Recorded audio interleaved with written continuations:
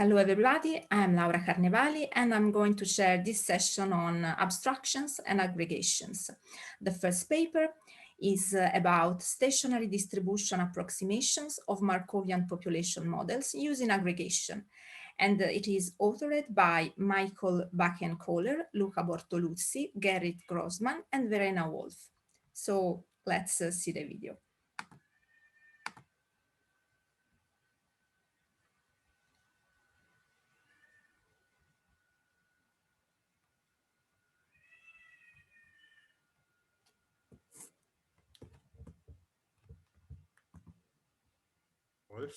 And it deals with abstraction-guided truncations for stationary distributions of Markov population models.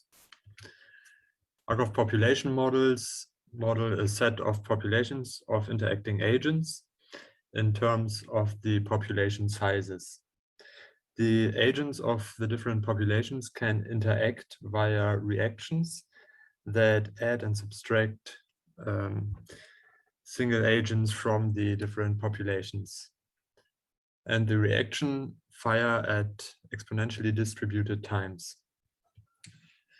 So the overall semantics are given by a continuous time Markov chain. On the left-hand side, we can see an example of a birth-death process, which is a very simple instance of such a process.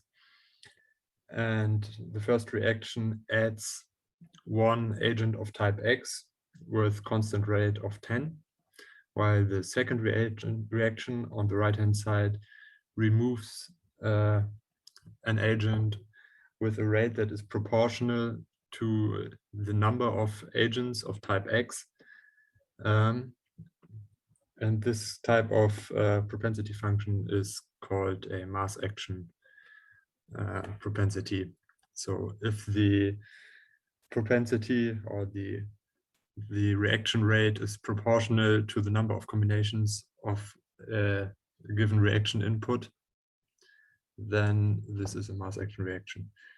And on the right-hand side, we can see a stochastic realization of the underlying Markov chain.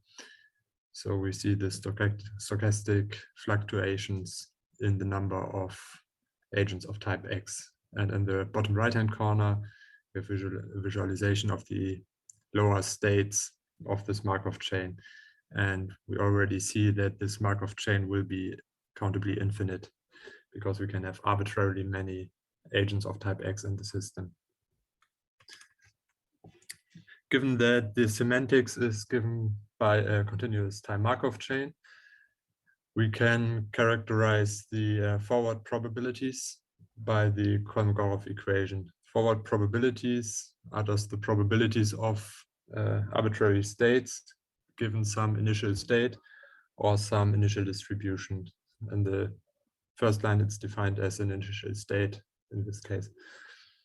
And the specific rates of our generator matrix for the Markov chain depend directly on alpha, which are the propensity functions defined by the reactions.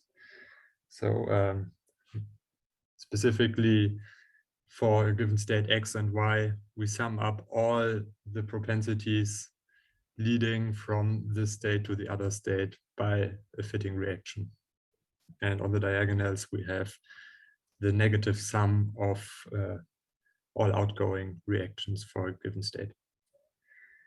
And on the bottom, we have the forward integration of the Kolmogorov equation for the birth-death model again. So we start out with probability 1 in state 0, and over time, the number is likely to increase, and it kind of converges into some stationary regimen. And this is what we are particularly interested in this work. That is the stationary distribution. And the stationary distribution characterizes what happens in a given population model in the long run. The existence of the stationary distribution, and in particular the existence of a unique stationary distribution, is subject to some constraints that need to be fulfilled by the system and that need to be checked by the researcher. But for this talk, we will neglect those for the most part. Simply said, the stationary solution, the stationary distribution is given by the solution of the Kolmogorov equation for a fixed point. So we just set the Kolmogorov equation to 0 and enforce that the solution is a valid probability distribution by giving the constraint that the probabilities sum up to 1.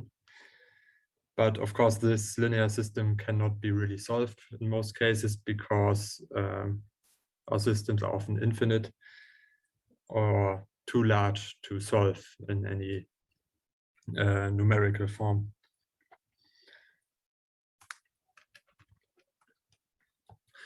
And because this problem of countably infinite state spaces is pervasive in both dynamic and stationary distributions, there are many different ways to approximate those processes. Most famous is the direct method or the stochastic simulation that samples trajectories of the process. On the right-hand side, there's a single trajectory, but that is very expensive if you are considering long-run properties, of course. Another way are moment-based approximations, for example, moment closures or semi-definite programming. That is a popular approach that cropped up the last few years, where the moment equations are set to 0, and along with those moment constraints, semi-definite constraints are posed on moment matrices, and this together gives upper and lower bounds on moments. However, those bounds are limited in scope by the numerical limitations in the solvers. So there's some limitations there. And furthermore, we have truncation-based approximations. Those approximations cut the state space at some bound. So we end up with a finite subset of the infinite state space. And this is often done using Forstall-Lyapunov functions. Alternatively, one can use moment bounds and obtained by the SDP approach, and there's a combination possibility of those with state-based truncations. Or what was also applied are ad hoc truncation schemes whose convergence is then monitored. So usually what people do is set up an increasing family of truncations and monitor a convergence factor to see if we are any closer, or if this increasing family gets any closer at a sufficient rate. So let's talk about the truncation-based approximations in some more detail. Usually in forward dynamic analysis, we can just cut off transitions, leaving some subset we're interested in, and redirect those outgoing transitions into a sinc state. And the mass lost from the approximation will accumulate in that sinc state. But of course, this approach is not really applicable for stationary distributions, because in the long run in such a chain, all mass accumulates in the sinc state. So instead, the mass has to be redirected back into the truncation. And this is done by a re-entry scheme. And the most reasonable scheme is to redirect the outgoing transitions via the cut incoming transitions. And this is the scheme we can see on the right-hand side. Now the question also arises, what is a good truncation? And that depends on the context, but here the good truncation is the one that contains the most probability mass. So the region of the state space where the process in the long run will spend most of its time. So specifically for the re-entry distribution, there are a couple of approaches that have been done, but if we would know the perfect re-entry distribution, of course, we would recover the exact stationary distribution, but we wouldn't need to find a perfect re-entry distribution, because then we already would know the stationary distribution. So what is instead done with the re-entry distribution is to shift all the outgoing mass to a single state on the in boundary of our truncation set. by enumerating all those possibilities and solving the system once for each possibility, we get bounds on the stationary probability of every state inside the truncation. And we will apply this later also to the truncations we obtain using our scheme. Furthermore, the outgoing probability mass at stationarity can be monitored, and that is the main part of this convergence factor that can be used to assess the quality of a truncation. So still, we have to determine some kind of initial truncation. So we will look a bit at the approach of Foster-Lyapunov criteria. And those are based on the process drift. And the drift gives the local instantaneous change of a certain function on the state space. So this is the function d. And this, of course, heavily depends on the function we're looking at. And this function also determines the shape that the set will have. So on the right-hand side, we have an example of such a set, this blue set, that is guaranteed to contain at least 0.9 stationary mass. But typically those sets look like this, so they are very large compared to the most efficient. So to say the smallest set containing 0.9 is plotted in dark blue, and that is much, much smaller. And this is often the case that those sets are way too large. So our technique basically aims to refine those sets and make them a lot smaller to get a truncation we can actually handle numerically. And yeah, just to say, the Foster-Lyapunov functions are hard to optimize directly, as shown in this very interesting paper by Milias, Agatis, and others. The aggregation scheme we use is very straightforward. We lump together states in larger macro states, and those macro states are the cross product of intervals, so they are hypercubes. And we assume a uniform distribution within each of those macro states. And this way, we only have one variable for each macro state, and we do not need to consider what's going on inside such a macro state. And the benefit of this uniformity assumption is that, as we will later see, a closed form rate, the rates between those states can be expressed in closed form, which makes the setup of these approximations very cheap. So for an example on the birth-death process, we apply a lumping of 4 states. So on the top, we have the full process. We lump together states in groups of 4. And we end up with a process, with an approximate process on the bottom that only uses 3 states to describe the same area. And the transition rates change slightly due to the uniformity assumption, but they can be directly computed from the above. And what we see in those aggregated approximations is that probability mass usually spreads out more. So distributions tend to be flatter, which is a good feature for the iterative refinement, because we get a rough idea in the low resolutions, and we can refine and hone in on the important parts for our higher resolutions. And finally, we end up with a truncation at full resolution, so to say. So the final size of the macro states is 1. So we have a truncation for the original system. And here we see this truncation illustrated. So we start out with a rough approximation, and we refine only those states that had a high probability in the intermediate approximation. And the space we cover gets smaller and smaller, but we get finer and finer states.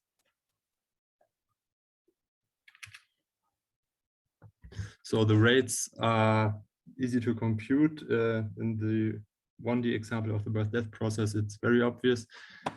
But even if we have larger substates, so to say, that can transition from one state to another, we can easily compute the transition rate.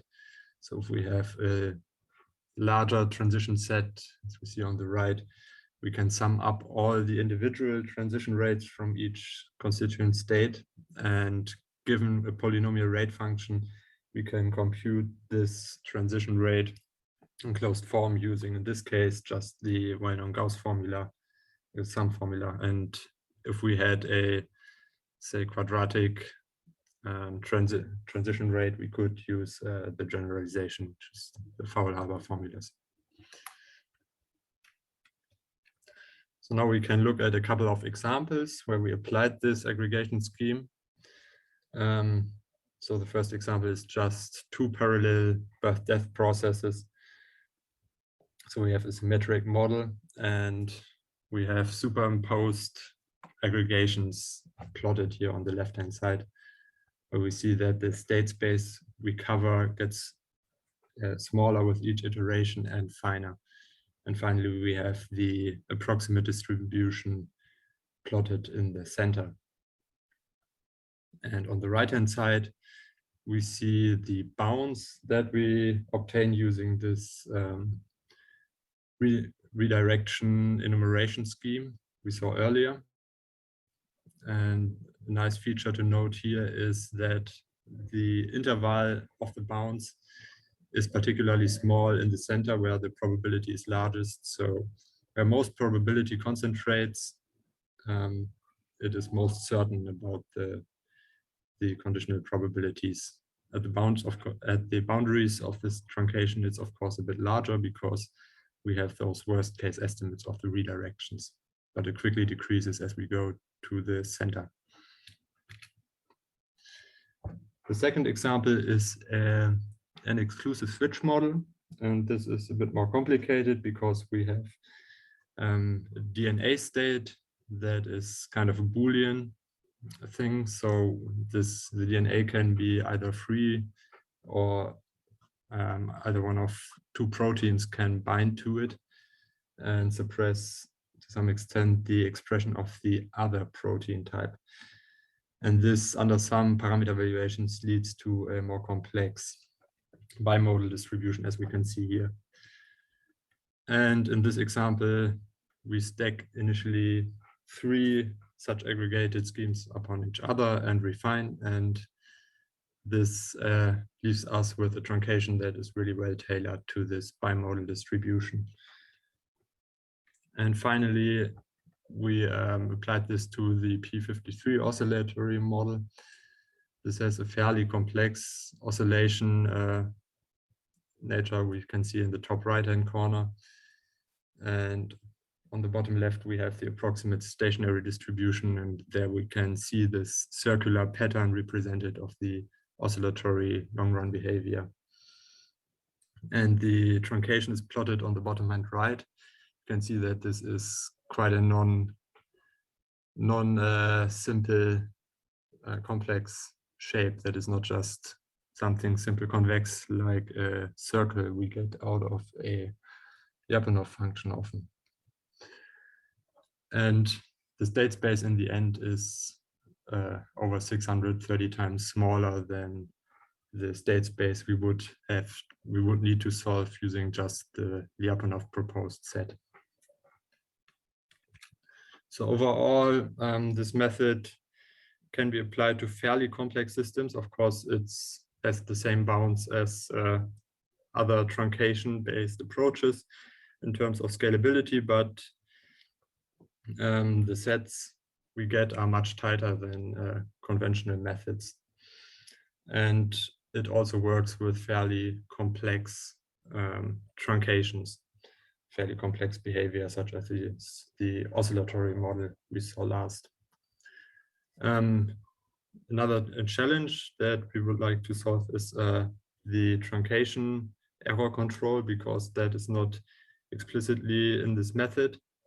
We could use the convergence factor to get an estimate if we increase, say, the threshold and get larger and larger truncations.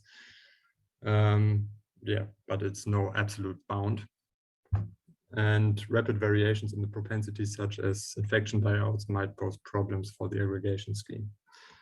In the future, we would like to feed back the approximate solutions we get out of this approximation back into the synthesis of good Lyapunov functions that provide us with tight guarantees for subsets of the state space.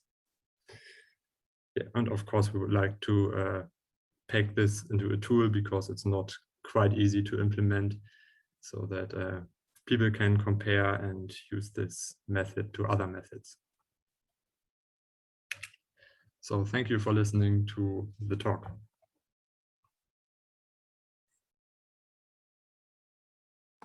So thanks for the presentation. Are there any questions in the Q&A or in the chat? So I have a couple of questions myself. If I understand well, this truncation is subject to some threshold, right? So have you evaluated the impact of the threshold experimentally or in other manners? Yes, the threshold is the main method of controlling truncation size. We could, of course, replace this threshold by doing some kind of fixed effort scheme or proposing some linear increase in effort. Yeah. But this is just to keep a certain amount of mass in each iteration. And usually this is a lower, empirically at least, it's a lower bound to how much mass we keep in the next iteration, kind of. But Okay. yeah. Okay. You can increase this also and monitor how the outflow changes to see if you converge in the approximations. Okay, and then another point I would like to ask is what is the scalability of the approach with respect to the number of dimensions of the model? So I browsed through the paper and I see there are examples in 2 and 3 dimensions. How does this affect the complexity of the approach? But yeah, it has, of course, the same limitations as all state-based approximations, because we have this exponential blow-up naturally. So it very much depends on how large the numbers will get in each dimension. So if we have a couple of hundred in every dimension, it already gets hard after 3 because we have a few million states then. And yeah, it cannot get very large, but so far I've never seen papers doing. Yeah, that's understandable. Yeah, doing systems with many species and abundances in the hundreds for each species. Usually some species are always at 0 and 1. Thanks for your answers. So I see there are no questions. So let's thank the speaker again. Thanks for your nice presentation. And let's move to the next paper, which is titled Reasoning about Proportional Lumpability. And it is authored by Carla Piazza and Sabina Rossi.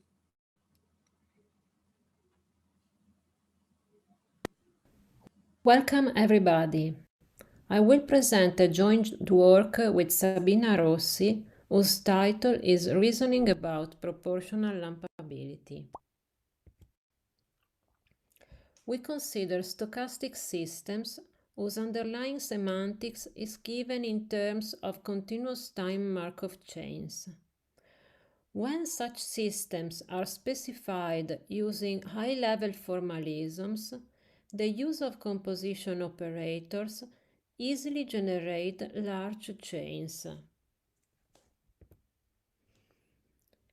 In the non-deterministic setting, bisimulation is used for quotient systems, since it preserves all modal logic expressible properties. On Markov chains, the notion of lumpability plays the same role, preserving both stationary quantities and stochastic modal properties.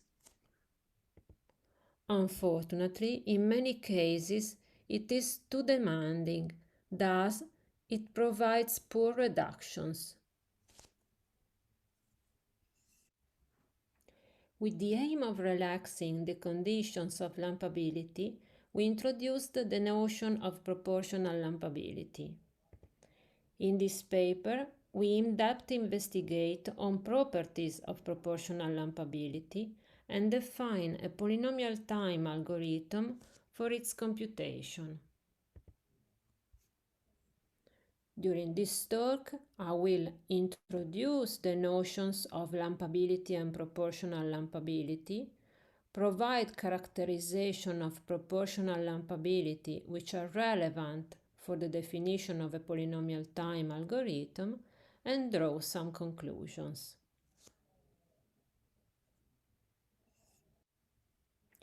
Continuous time Markov chains are a modeling formalism for stochastic processes. We focus on finite, time-homogeneous, ergodic Markov chains. These are defined through a generator matrix Q of transition rates.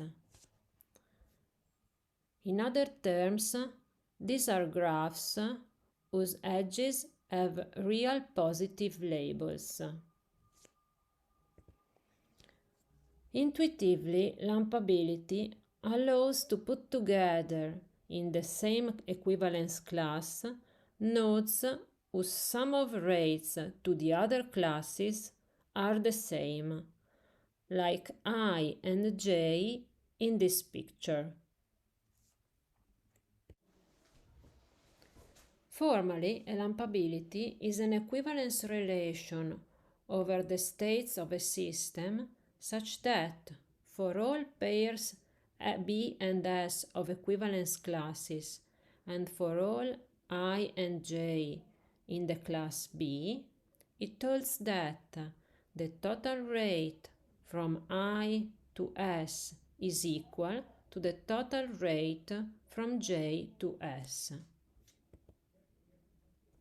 In a sense, it preserves stationary distribution and modal-defined properties.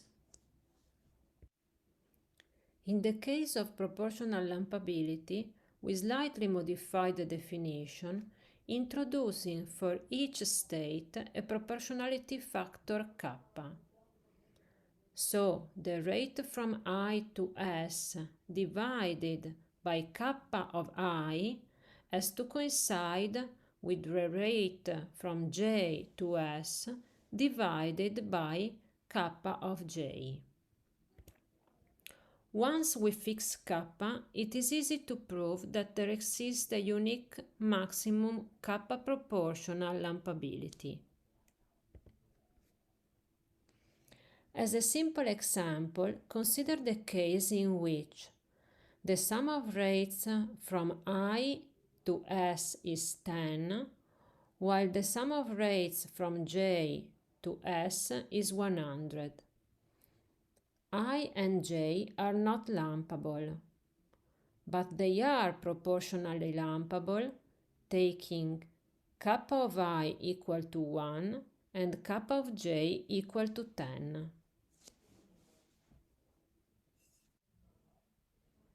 A first characterization of proportional lumpability already allowed us to avoid the problem of finding the right kappa for a given equivalence relation.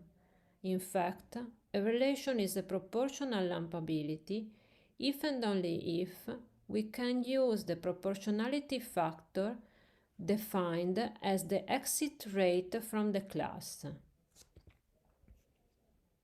This helps us in deciding whether a relation is a proportional lumpability, but not in finding proportional lumpabilities. In our second characterization, we consider 3 equivalence classes at a time and use one of them as a normalization factor. It is not yet clear why, but we will see that this goes in the direction of an algorithm for computing proportional lumpabilities. Before looking at the algorithm, let us see an example to clarify again the difference between lumpability and proportional lumpability. Here we have a buffer system which accumulates messages at rate lambda and clears them at a rate which depends on the number of messages. This system has only two trivial lumpabilities, the one that puts everything together and the one that separates everything. Because of the differences in the clearance rates, there are no other possibilities. On the other hand, proportional lumpability allows to separate the state with no messages from all the other ones, thus obtaining a quotient with two states. Let's now start talking about the basic ideas of algorithms for lumpability. When talking about this kind of algorithms, it is convenient to reason about partitions instead of equivalence relations.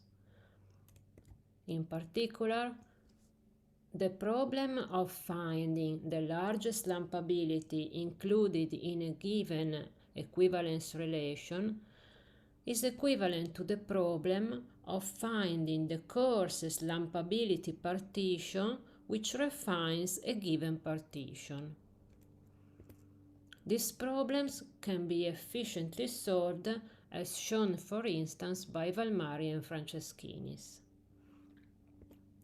The basic ideas of a naive algorithm for lumpability are as follows. We start from an initial partition P.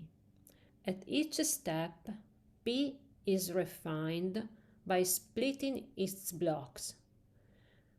We get a new partition P', which in any case is coarser than the final solution.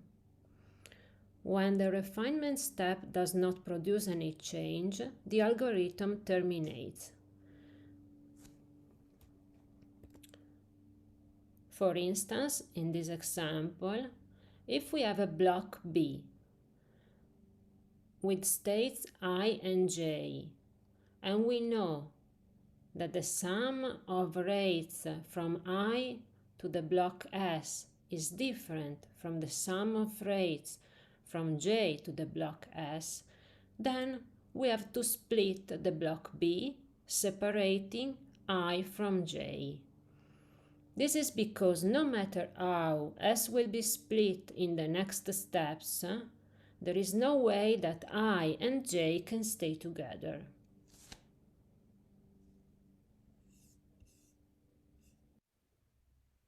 We are now ready to consider the problem of defining an algorithm for proportional lumpability. Again, we consider partitions instead of equivalence relations. In particular, we refer to proportional partitions, which are the ones that correspond to proportional lumpabilities. We consider the problem of finding the coarsest refinement of a given partition, which is also a proportional partition. Not surprisingly, this problem is equivalent to the one of finding the largest proportional lumpability included in a given equivalence relation.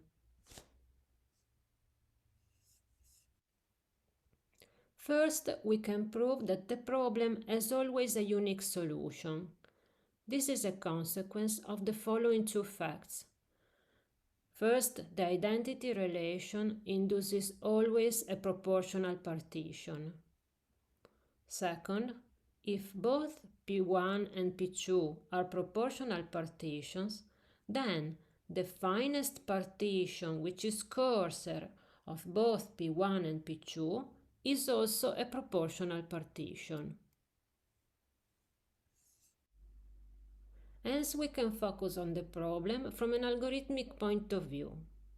The idea is again to introduce refinement steps and iterate them.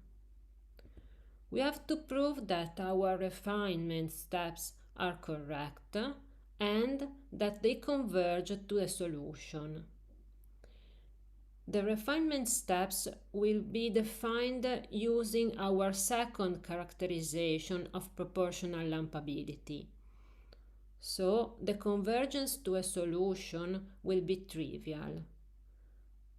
We will mainly focus on the proof of correctness of the refinement steps.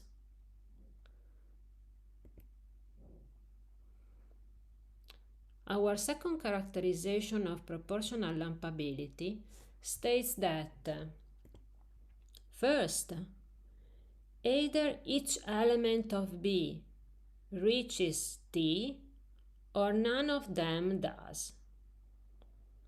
Second, if B reaches T, then the following equation must hold on every pair of elements of B. In particular, the first condition tells us that we can split B separating the elements that reach T from the other ones. Any bisimulation algorithm does this step, so we call this bisimulation split. The second condition tells us that the following equation has to hold for any pair of elements of B. So, if I and J do not satisfy this equation, they cannot belong to the same block in the final solution, hence we can split them. Intuitively, if I and J belong to the same block in the final proportional partition, then no matter how S and T have been split in the following steps, the condition of proportional partition has to hold for all the subblocks of S and T. So, by summing all these conditions and by quotienting the first by the second, we obtain that I and J had to satisfy the equation with reference to the classes S and T.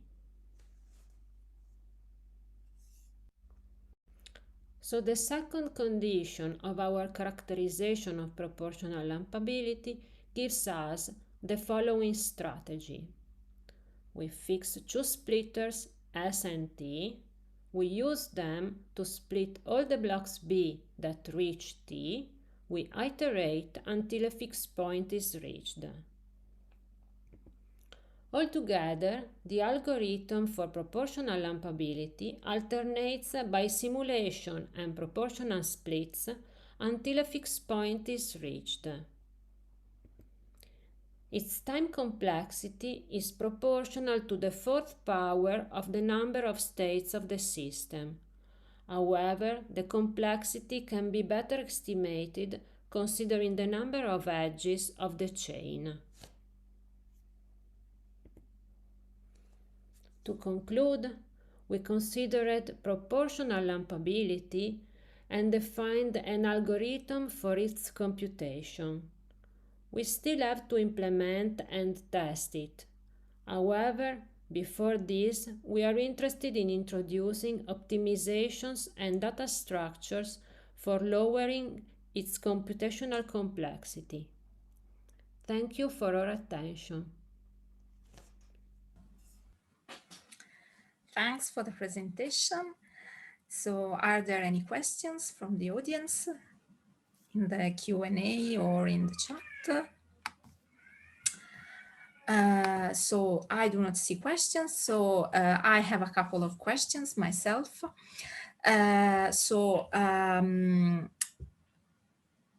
Are there any restrictions that the original Ctmc must satisfy to apply this technique for lumpability? And then which kind of models, I mean high-level models, could the approach be applied? So, I mean, I have understood the main points, and I see the paper is focused on the stochastic process, so the Ctmc, and I was wondering whether the higher level model should satisfy some constraints for this technique to be applied or not. Thanks. So, well, the condition on the continuous time Markov chain that we were using was basically the finiteness of the chain, because really the other ergodic property and are not necessary in the algorithmic part, at least. I mean, one want to prove other properties of the reduced system, yes, but for the algorithmic part, there are no restrictions. In the other paper that we mentioned, we consider also the case of systems specified in a process algebra, which is PEPA. Yeah. And we adapted the definition to that case. However, we had to introduce further condition there to be able to prove some more compositionality results. Okay, yeah, that's. Of course, this depends on the rules of the composition. So moving to other process algebra or other specification languages, probably we get different conditions. Okay, but I mean that's understandable. So if you want to apply compositional solutions, you have to pay something in terms of expressiveness. Yes. Okay, thanks a lot. Thank you. Are there any other questions? Okay, so let's move to the last paper, which is titled Lumpability for Uncertain Continuous Time Markov Chains. And the authors are Luca Cardelli, Radu Grosu, Kim Larsen, Mirko Tribastone, Max Tchaikovsky, and Andrea Vandin. Hello everybody, to the presentation of our paper called Lumpability of Uncertain Ctmcs. I'm Max Tchaikovsky, and this is a joint work with Luca Cardelli, Radu Grosu, Kim Larsen, Mirko Tribastone, and Andrea Vandin. So, Markov chains are a universal modeling language which allows us to model quite different disciplines, or is used in quite different disciplines. So for instance, we can use it to model analytical performance models, or we can either by stochastic process algebra or queuing networks, or we can use them to describe chemical reaction networks. And in general, we can also provide or use them to provide stochastic semantics to Petri nets. In reality, however, parameters of those Markov chains are usually not known or noisy and subject to finite precision measurements. So usually one makes an idealistic assumption of knowing the rates. Additionally, realistic systems have often very large Ctmcs. So modeling realistic systems requires the use of large Markov chains. And a common way to address this, in the end of the day, state space explosion problem is to use abstraction techniques, and one of these is the lumpability, also known as bisimulation. So what is the rough idea? The rough idea is that if the Markov chains, if the rates of the Markov chains have certain symmetries, then the Markov chain, the original one, can be simulated or analyzed by a smaller Markov chain. So in this case, if you assume that the rates from 2 to 1 and from 3 to 1 are equal, then the left Markov chain can be reduced to the right Markov chain while preserving the probabilities in the following manner. the probability of being in state 1 here is equal at all points in time of being in state 1 here, or equal to the probability of being in state 1 here.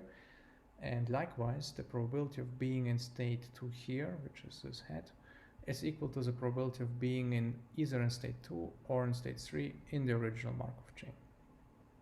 And please recall, in order to make this reduction, we need to assume that those two rates are equal to 1 and 3, 1. So in general, the condition for ordinal lumpability is that equivalent states have identical cumulative transition rates to any block in H. So here our block is, we have two blocks, 1 and so singleton 1 and 2 and 3. So if we take now equivalent states, which are 2 and 3 here, this is the only non-trivial block we have, then the rate from each of those guys to any other block, which is only this block here, 1, must be equal. So in this case, this condition indeed simplifies to this constraint here, but in general, it's more complicated, of course. Okay, and what is now well known is that H is an ordinal lumpability, so H satisfies this syntactic condition above here, if and only if we have this preservation of probabilities. So every state in the reduced Markov chain corresponds to sum of states, or the sum of probabilities of the states in the original Markov chain. Okay, so now we want to extend this whole framework to uncertain Ctmcs, and the first step to do so is to provide the definition of uncertain Ctmc, of an uncertain Ctmc. And the idea is quite simple. The idea is, okay, we now allow since our rates are intuitively speaking uncertain, we allow for time varying transition rates. So rates can vary in time, like for instance, they vary if you have a queuing network where the arrival rate depends on the time of the day. Like for instance, in the morning, there are more customers than during lunch. And yes, this is Ctmc with respect to this time varying transition rates. And what we also require to have is that the transition rates that we have, they respect some lower and upper bounds, which are given by those letters here, small m and big M. So in the end of the day, what an uncertain Ctmc is, it's a bunch of nodes, a bunch of transitions, but now each transition is not annotated by a transition rate, but it's annotated by uncertainty interval that describes in which interval the rate can be at any point in time. And here we have a small example to give a rough idea. So assume we have two concurrent machines, and each machine can be cycling between two states, on and off. So we have then the classic concurrency diamond, which is denoted here, and which is connected by means of three possible actions. We have a start action, we have a stop action, we have a migration action, which have also the corresponding rates. So for instance, if we go from here to here, then the only thing that changes is on goes into off. So the second machine becomes off, and this is denoted by, well, it stops. And the rate of stopping is somewhere between B underline and B overline, with the intention being that underline is less equal than overline. Okay, and the only thing that we have here, additionally to the classic concurrency diamond, is that here we have a kind of migration rate where we can flip the machines. So if only one machine is working and one machine is off, then we can flip those machines. Okay, so now let us come to the semantics of the Ctmcs that to uncertain Ctmcs. And as anticipated before, the semantics are now essentially the reachable probabilities. So The formal definition is like this, and it says that if we start with initial probability distribution P0, and we look at point tau, and we look at a set of states H, then this RU boom boom boom is the set of all possible reachability probabilities. So the sum of all the probabilities of being in the set at time point tau if we start at P0 under or across all possible transition rate matrices which satisfy the lower and upper bounds. So this definition is heavily motivated or inspired by verification and control, optimal control. The rough idea is the following. So we fix a set H, and we look now for the probability of reaching the set H at point big T here. Now, this probability depends on which transition rate matrix we pick. If we pick Q, which is now a time-varying transition rate matrix, then the probabilities, this thing here, which is nothing else than a function with respect to time, will maybe look like this for Q. Now, if we replace Q by some other Q prime, which satisfies this constraints, that is, it's between m and big, small m and big M, then we will go maybe to this probability here. And if we go for Q prime prime, then we have something like that. So the idea is essentially that we pick first the transition rates, and those have only to satisfy those constraints and are non-deterministically chosen. They are not chosen with respect to some other probability distribution. No, they are chosen as an optimal control. And if we fix this, we get some trajectory of probabilities. And this trajectory of probabilities then defines things like expected value, variance, whatever. So we have as I said, closely related to optimal control. You can actually think of Q as the control input here. And of course now, if our Q is restricted to those bounds, one can ask, what is the highest possible reachability probability? So what is the highest possible value of reaching this set across all these Qs? Or the smallest, or as whatever one wants at the end of the day. So this is essentially the semantics. And in the paper, we discuss also relation to an Mdp semantics. So we relate this reachability semantics that is flavored by verification and optimal control. We relate it to an Mdp semantics, where the idea is essentially that we discretize the time and have essentially now at each point in time, as we make a small delta t step, and pick then, and for each this delta t step, we pick some rates between m and big M, which don't vary on this delta t. So this is another way to think or interpret this uncertain time varying transition rates, if you like. Okay, so coming back to the actual lumpability. So assume for simplicity, just for starters, that lower and upper bounds coincide. So the the underline is equal to the overline value. Then if you are into lumpability, you will immediately spot that this is actually a lumpability relation or partition. So we can reduce this Markov chain here using classic lumpability. But what if those lower and upper values or bounds are not equal? Then, for instance, we are not guaranteed that this rate here is equal to this rate there, because now they can be actually different.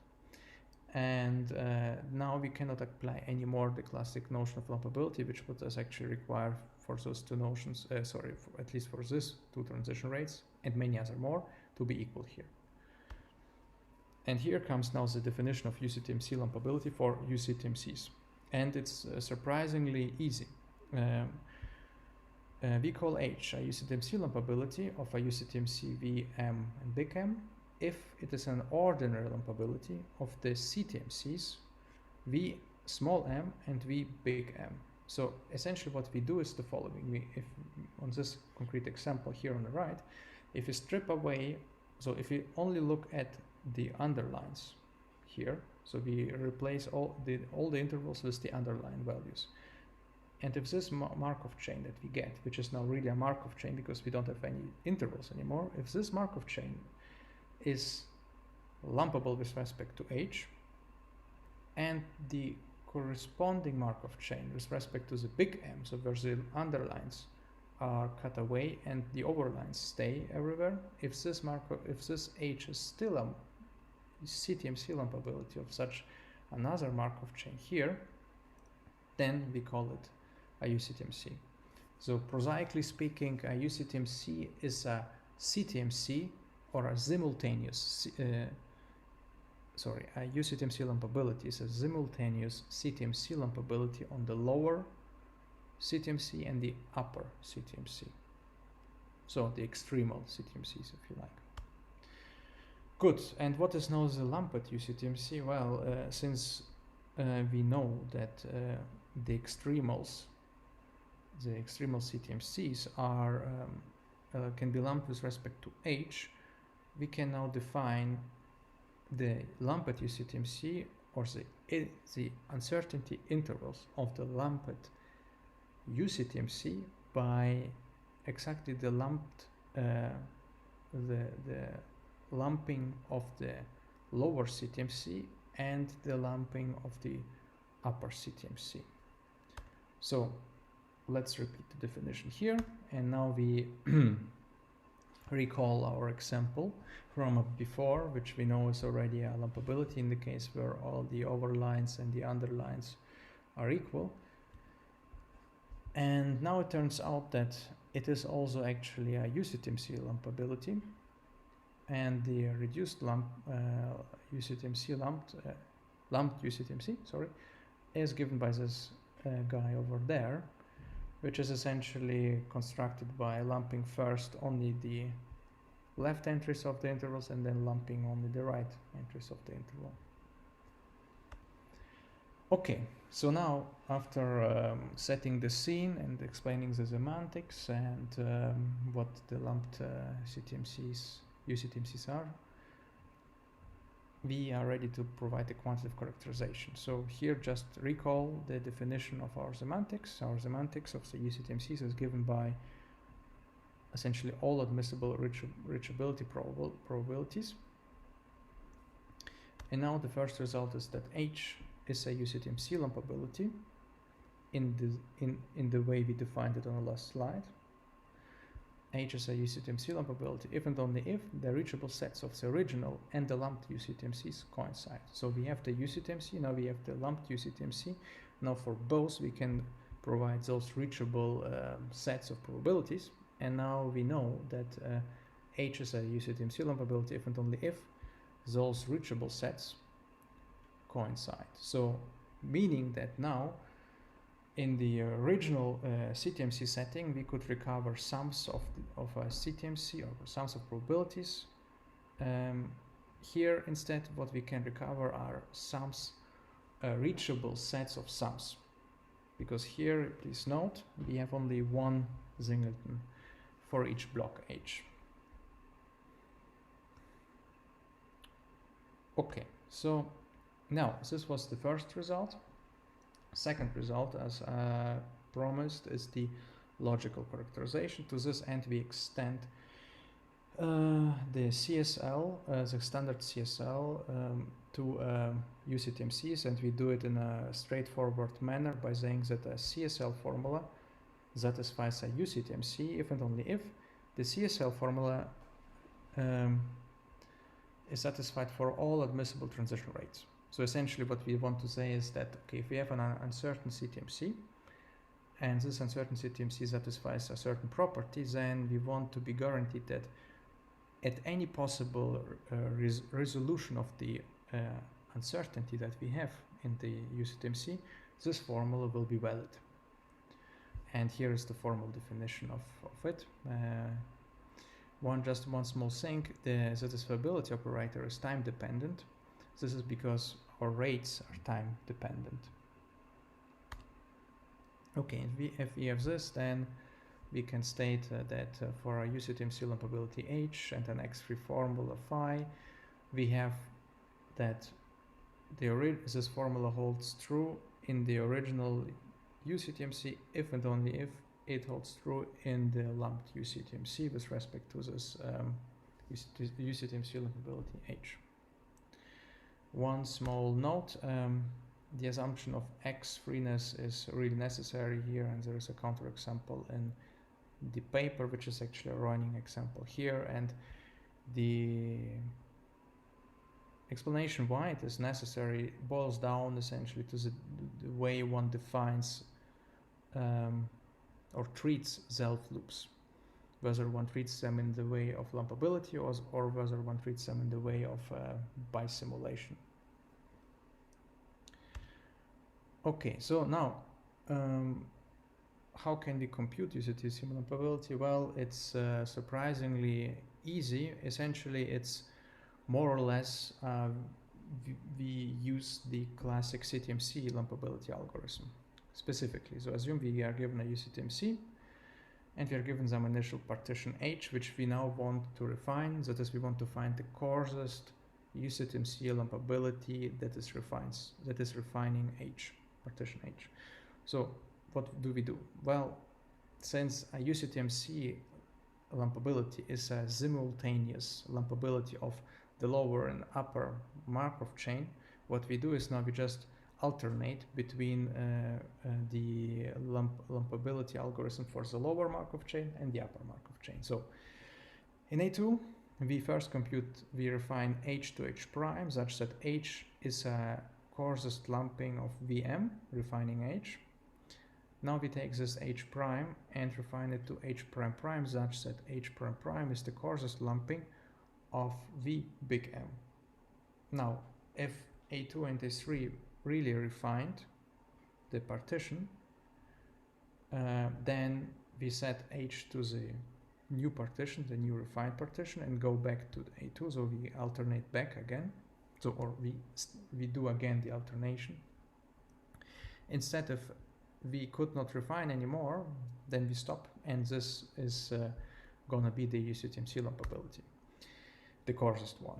And the theorem is now that, okay, we can compute it using this algorithm. We compute the coarsest UCTMC lumpability using this algorithm, and the complexity is almost the same as the classic Ctmc lumping algorithms. The only difference is that here we have nodes showing up.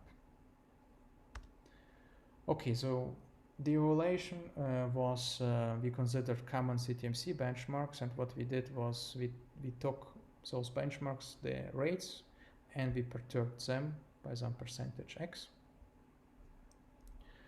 And what we got are essentially very good results. We can lump big models and in quite efficient amount of time. Please take a look at the paper for more details on this one. I want to finish my presentation by just pointing out that the amount of related work is immense, and here are just a couple of or most closely related works. There is the detailed discussion of the relation is provided in the paper, and yes, thank you very much for your attention, and bye-bye. Thanks a lot for the nice presentation. So does anyone want to ask a question? I have one. Yeah, go ahead. Is the complexity bound that you gave tight or not? Because maybe I misunderstood something, but I had the impression from your description that it shouldn't be worse than one complete run of lumpability algorithm. So do you think you can obtain a better bound for the complexity, or is real that you can reach? Yes. Okay, thank you for the question. So this is an upper bound. Maybe one can improve it. The idea is essentially that what we want to find at the end of the day is a kind of simultaneous lumpability relation on two Markov chains. Yeah. The way we do it now is a kind of the most straightforward approach. We just alternate between those Markov chains until we reach a fixed point. And the worst case bound is, of course, that since we have n many states, we need to jump and back and forth n many times at most.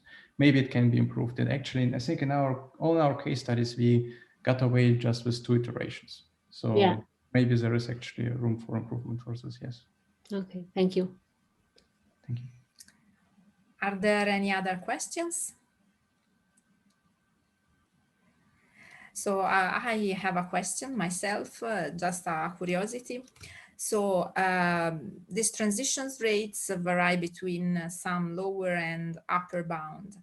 And if I understand well, this variation interval is not associated with a measure of probability. So I was wondering whether it would be meaningful in the modeling perspective to associate this interval with some probability distribution, and of course, whether extending the solution technique would be possible. Could you say something about this? Yes, so this is a very good question indeed. So the way we do it now is indeed in terms of this, let's say, verification. So the controls are taken in a non-deterministic fashion. They are not taken according to some probability distribution. If we go for probability distributions, then essentially if one goes into the proof, then there is the way it works is that one takes the original transitions of the original Markov chain, and then one shows that for each transition rate of the original guy, one can find a transition rate of the reduced guy. And the construction of this transition rate of the smaller Markov chain involves the probabilities, the transit probabilities of the original Markov chain. So most likely there exists a probability, so one can make an existential statement saying that for each probability distribution of transition rates, one can find a probability distribution of transition rates on the reduced Markov chain. But then the question becomes, can you compute this probability distribution of the reduced Markov chain on the transition rates now? And this is a non-trivial question, because in the end of it depends on the transient solution of the original Markov chain in the first place. So I think that's going to be non-trivial, but it's very interesting indeed. It's also connected to ML and AI, because usually there one samples according to some probability rather than being non-deterministic. Yeah, of course, definitely. Thanks for your answer. Are there any other questions? Okay, so if there are no questions, let's thank all the speakers again. Thanks a lot for your nice presentations and answers. And this closes this session. The last session of Qest will start at 6:30. Bye all. Thanks.